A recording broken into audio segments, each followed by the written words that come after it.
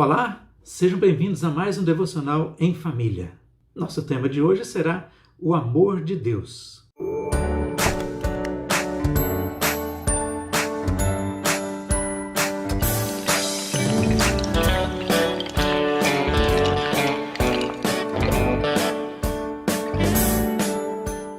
O Evangelho de Lucas, capítulo 15, relata que uma multidão se juntou para ouvir os ensinamentos de Jesus.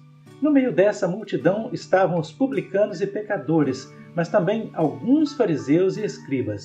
Os fariseus e escribas murmuravam porque Jesus recebia os publicanos e pecadores e comia com eles. Por causa da reclamação dos fariseus e escribas, Jesus apresentou 3 parábolas com o objetivo de ilustrar a alegria de Deus diante do arrependimento dos pecadores. Jesus não se envergonhava de ser conhecido como amigo de publicanos e pecadores. As 2 primeiras parábolas retratam Deus como aquele que toma a iniciativa de buscar pecadores. Os rabinos ensinavam que Deus receberia os pecadores que buscassem o seu perdão com suficiente seriedade, mas aqui nas 2 parábolas, Deus é aquele que busca os pecadores. No Oriente Médio, o pastor era responsável por cada ovelha. Ele tinha obrigação diante de seu patrão de garantir que nenhuma se perdesse, fosse morta ou fosse ferida. A alegria pela volta daquela que se perdeu é o traço mais proeminente das 3 parábolas.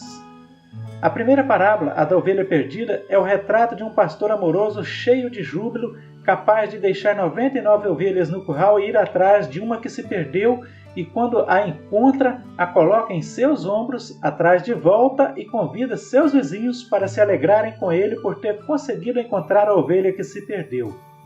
Enquanto na terra os fariseus reclamavam por Jesus estar no meio dos pecadores, havia grande alegria entre os anjos e Deus por um pecador arrependido. No capítulo 15, verso 7, Jesus faz uma referência propositada aos fariseus que acreditavam não precisar arrepender-se por coisa alguma. Eles se julgavam justos, conforme o relato na parábola do fariseu e o publicano, no capítulo 18, de 9 a 14, do mesmo Evangelho de Lucas, onde o fariseu entra no templo para orar e agradece por não ser como aquele publicano que também estava ali dentro do templo. Ao contrário do fariseu, o publicano não tem coragem de olhar para o céu e bate no peito reconhecendo sua situação miserável de pecador diante de Deus. A segunda parábola é a da dracma perdida. Retrata a meticulosidade da busca. A mulher que perdeu uma de suas 10 moedas, a dracma grega, acende uma candeia, varre a casa e procura até encontrá-la. E quando a encontra, compartilha sua alegria com os vizinhos. Jesus reafirma que há júbilo diante dos anjos e de Deus por um pecador que se arrepende. A terceira parábola é a do filho pródigo. É uma das mais conhecidas e queridas de todas as que Jesus contou. Diferente das outras parábolas, esta tem mais de uma lição. A primeira é: o pródigo é um exemplo de arrependimento sincero. A segunda lição é a do irmão mais velho. Ele ilustra a impiedade, a hipocrisia, o preconceito e a indiferença dos fariseus para com os pecadores arrependidos. A terceira é o pai que retrata Deus ansioso por perdoar o pecador e desejando sua volta. A característica principal das 3 parábolas é a alegria de Deus e as celebrações que enchem o céu quando um pecador se arrepende. Quando o filho pede a parte dos bens que lhe pertence, isso equivale a dizer que ele desejava que seu pai morresse. Ele não tinha direito a nenhuma herança enquanto seu pai estivesse vivo. Contudo, o pai, de maneira graciosa, atendeu ao pedido, dando a ele a parte que lhe caberia, que era 1/3 de todos os seus bens. Em Deuteronômio 21:17, de acordo com a lei, o irmão mais velho tinha uma porção dobrada da herança em relação às outras partes. Como eram 2 irmãos, o mais novo levaria em torno de 33,3% da herança e o mais velho levaria 66,7% aproximadamente. Mas é óbvio que o filho pródigo recebeu a sua parte em espécie e partiu, deixando seu pai e todos os familiares, dirigindo-se a uma vida de iniquidade, vivendo dissolutamente em um país distante. Não foi simplesmente uma extravagância de desperdício, mas também de imoralidade libertina. Esta é uma palavra grega que traduzida quer dizer dissolutamente e traz a ideia de um estilo de vida de total devassidão. Quando o dinheiro acaba num país distante, houve uma grande crise econômica e o filho pródigo começou a passar necessidades. O único trabalho que conseguiu foi cuidar de porcos. Esse era o pior tipo de degradação imaginável para o público judaico que ouvia Jesus. Os porcos eram o pior tipo de animal imundo. Os judeus praticantes até hoje não comem carne de porco. A fome era tanta que ele desejava comer as alfarrobas que os porcos comiam. Esses frutos eram indigestos para os seres humanos. Ninguém lhe dava nada. Sua situação desesperadora simboliza o pecador que se afasta e que está desesperadamente impotente. Numa situação desesperadora, o filho pródigo recobrou o juízo e conseguiu pensar mais claramente e lembrou da casa de seu pai, onde havia abundância de pão e ele estava ali naquele local a ponto de morrer de fome. Nessa condição, ele se tornou um candidato à salvação. Cuidadosamente, ele pensou nas palavras de arrependimento para dizer ao seu pai e decidiu voltar para casa. Tomou a decisão e partiu logo. Quando vinha ao longe andando a pé pela estrada, seu pai, que aguardava sua volta ansiosamente, o avistou e correu ao seu encontro, lhe abraçando e beijando-o. O filho pródigo em seguida diz ao pai: Pai, pequei contra o céu e diante de ti. Já não sou digno de ser chamado teu filho. O pai nem espera o filho terminar a frase e logo pede aos seus empregados para trazer a melhor roupa, um anel e sandálias para aquele rapaz que mais parecia um mendigo. Estava totalmente diferente de quando saiu de sua casa para aquela aventura longe da sua terra. Em seguida, o pai pede para matar o novilho cevado e logo naquela casa começa uma grande festa de regozijo pela volta do filho. Esse é o maravilhoso atributo de Deus que o diferencia de todos os falsos deuses inventados pelos homens. Ele não é indiferente, mas um salvador por natureza, desejoso de ver pecadores se arrependendo e se alegrando quando isto acontece.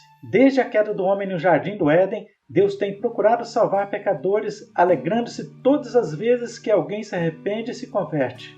Observe que o filho pródigo não consegue terminar a frase ensaiada, pois o pai o interrompe e concede-lhe o perdão. O pai não diz uma única palavra de repreensão e derrama seu amor pelo filho, expressando sua alegria pelo fato de que ele estava perdido e foi achado, estava morto e reviveu. Cada um dos presentes oferecidos pelo pai diz alguma coisa singular sobre a sua aceitação do filho. Primeiro, a melhor roupa. Ela era reservada para o convidado de honra.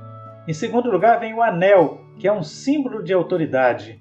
Em terceiro, as sandálias. Normalmente, elas não eram usadas pelos escravos e, portanto, significam a plena restauração ao seu estado de filho.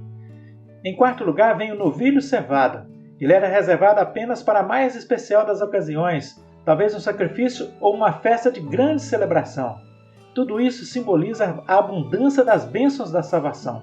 O filho mais velho simboliza o fariseu, uma pessoa religiosa, hipócrita, que não tem nenhum interesse pelos pecadores arrependidos. Ele não quis reconhecer o filho pródigo como seu irmão. A sua expressão era esta: olha, vindo este teu filho que desperdiçou todos os seus bens com as meretrizes, tu o recebeste e mataste aquele novilho cevado. Mais uma vez, isso simboliza o desprezo dos fariseus pelos pecadores. O irmão mais velho se indignou. Isso é um paralelo à reclamação feita pelos escribas e fariseus lá no início do capítulo 15 de Lucas. Eles reclamavam em relação a Jesus comer com os publicanos e pecadores. O pai disse para o filho: olha, tudo que é meu é teu. O pai já havia distribuído a herança para os dois filhos. Tudo que o pai possuía estava literalmente sob a posse do filho mais velho. No entanto, ele estava com inveja até mesmo do amor que o pai demonstrou ao filho pródigo. Os escribas e fariseus tinham acesso a todas as riquezas da verdade de Deus. Eles passaram a vida toda lidando com a escritura e a adoração pública, mas nunca possuíram de fato qualquer um dos tesouros desfrutados pelo pecador arrependido. Finalmente, o pai diz ao filho mais velho: era preciso que nos regozijássemos, pois o teu irmão estava morto e reviveu, estava perdido e foi achado. Deus ama o pecador e se alegra com o seu arrependimento. Esse é o nosso Deus.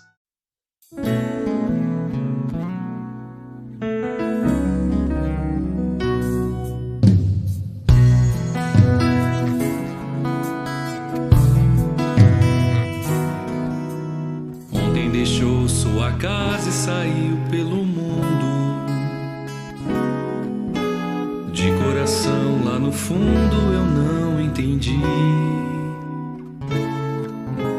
Tudo que fiz, o que ele quis, meus braços abertos ficaram e ainda estão assim e vão continuar até um dia vê-lo regressar. Posso pensar pensar no que o mundo lhe tem preparado. Sem privações tem passado e todo porquê. Falsos amigos por aí, conselhos vazios, mas cheios de palavras vãs. Que grande ilusão, mentiram ao seu jovem coração. Mas nunca é tarde, não. Sai da escuridão. Há novo dia, nova manhã. A mesma casa tem portas abertas, pessoas certas, amigos e irmãos.